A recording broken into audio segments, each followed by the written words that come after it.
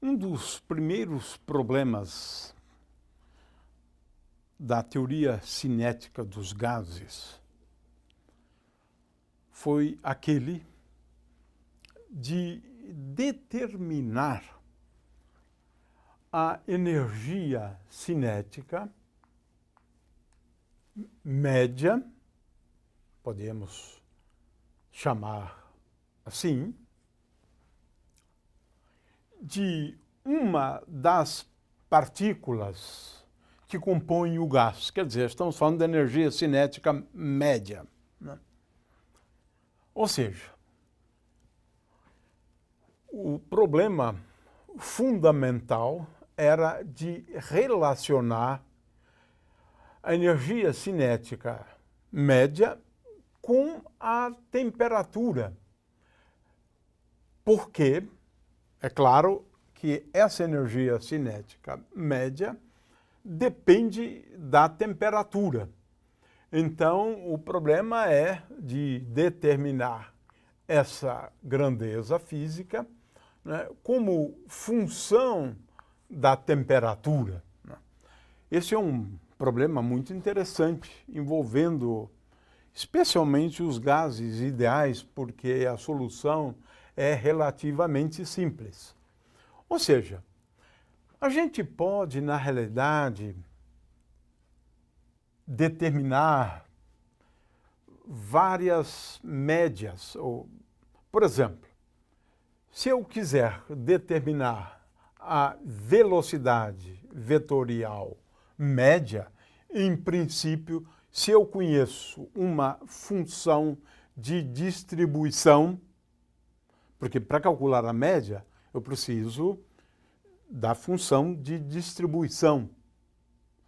Mas isso é um problema que vamos analisar depois, quando estudarmos, né, a distribuição de Boltzmann, a estatística de Boltzmann. Mas não é difícil prever que essa velocidade média é igual a zero, porque eu tenho aqui uma molécula com uma velocidade e posso ter uma outra molécula com uma velocidade oposta. De forma que, basicamente, a soma das componentes, quando você tem um número muito grande de moléculas, é igual a zero. Ou seja, tanto a componente x, quanto a componente y, quanto a componente z da velocidade são, em média, né? E aqui eu estou falando de dois tipos de médias, né? Tenho a média aritmética, mas a mesma coisa vale também a média quando a gente leva em conta as distribuições estatísticas, e essa média depende, nesse caso, da temperatura. Nesse caso, nós vamos obter, nas duas médias, o mesmo resultado, né? Que a velocidade média é igual a zero. Muito bem. Podemos também calcular a velocidade média, o módulo da velocidade. O módulo da velocidade média certamente é diferente de zero. Veja que isso aqui é diferente disso, né? Eu posso, por exemplo, calcular qual é a velocidade máxima em média e posso calcular, em princípio, V ao quadrado médio. O que nós precisamos aqui é determinar a energia cinética média. A questão é de que energia cinética nós estamos falando. Bom, existem duas formas de energia cinética. Uma associada ao movimento de translação das moléculas, e a outra energia cinética é quando as moléculas exibem graus de liberdade internos, envolvendo a possibilidade de rotação dos constituintes. É como se você tivesse, na verdade, uma estrutura semelhante à de um corpo rígido. De forma que a energia cinética, é bom que a gente lembre que ela envolve duas contribuições, né? E, eventualmente, outras contribuições.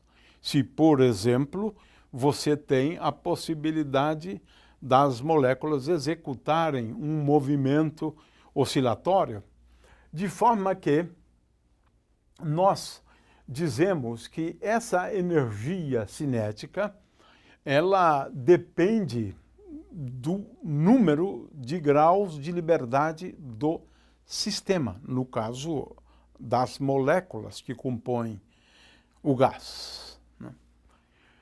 Ora, se considerarmos apenas o movimento de translação,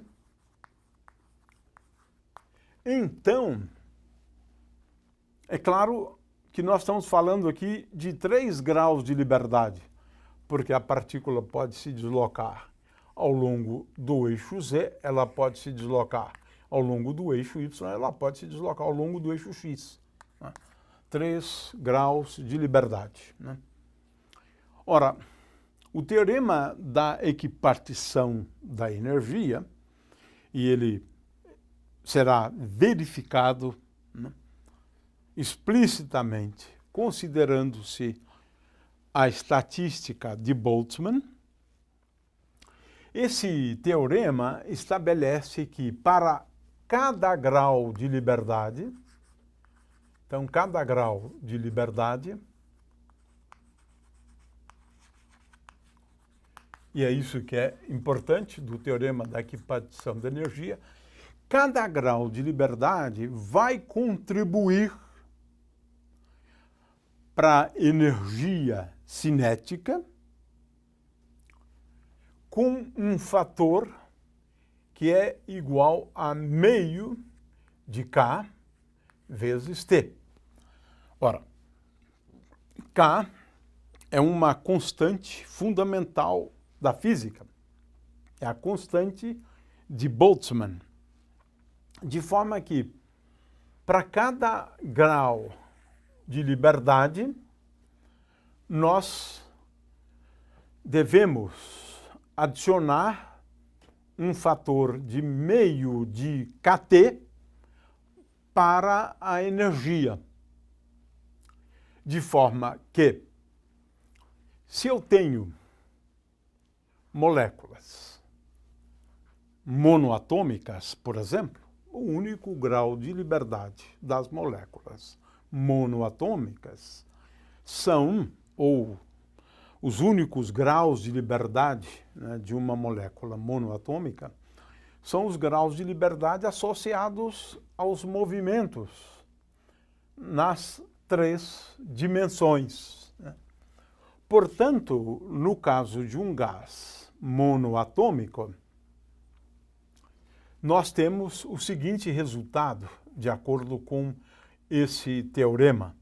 A energia cinética média é igual, se eu tenho 3 graus, cada grau contribuindo com 3 meios de kT, então a energia cinética é igual a 3 vezes a contribuição de cada grau de liberdade, que nesse caso nós temos esse valor aqui, meio de kT, portanto, meio de K vezes T, e, consequentemente, a energia cinética média é igual a 3 meios de kT.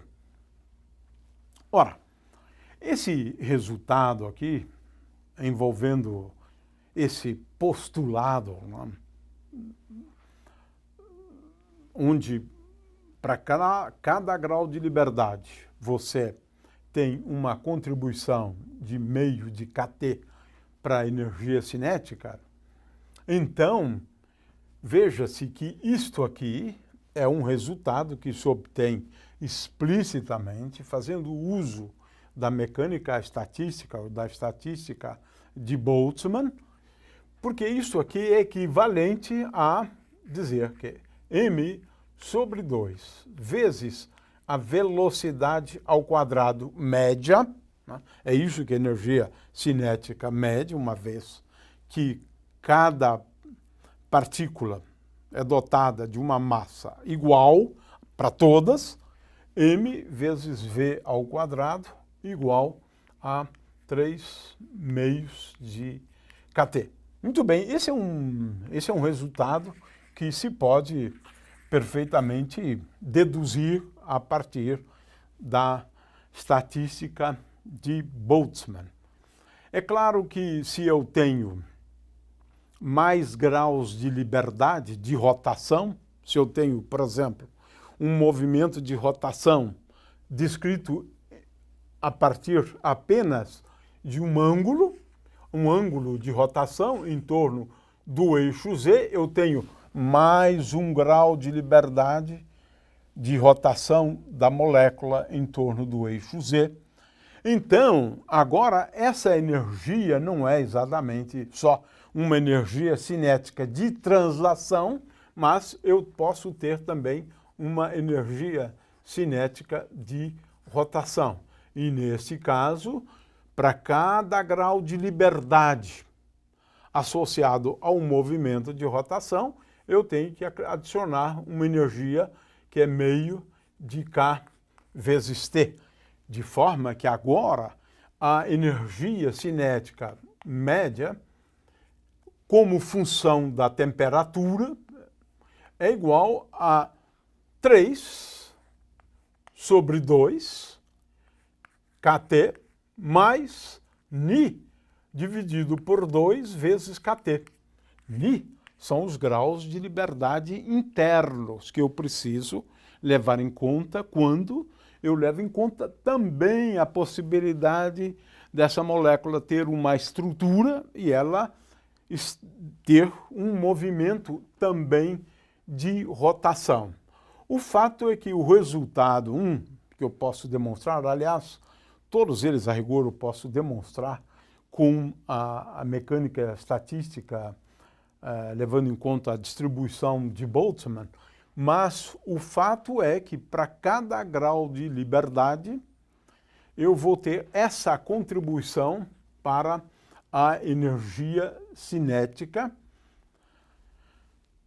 e, neste caso, eu também devo levar em conta, e esse é o último aspecto que eu gostaria de chamar a atenção, no caso de graus de liberdade, eu preciso agora também levar em conta que eu tenho N constituintes, né?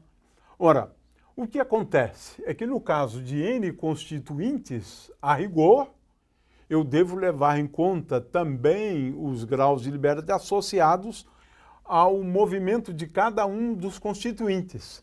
Então, se eu tenho N constituintes, a energia cinética agora não é de um constituinte, né? Mas a energia cinética dos constituintes, né, é igual a N, né? N pode ser entendido, sim, como um número de graus de liberdade, vezes a energia, então aqui é a energia cinética total, né? É igual a N vezes a energia cinética de cada um dos constituintes, e eu posso escrever isso como sendo igual a N vezes 3 meios de kT mais Ni sobre 2 vezes kT. E com isso, então, eu posso expressar, né, a energia cinética de um sistema de partículas fazendo uso apenas do teorema da equipartição da energia, contando o número de graus de liberdade.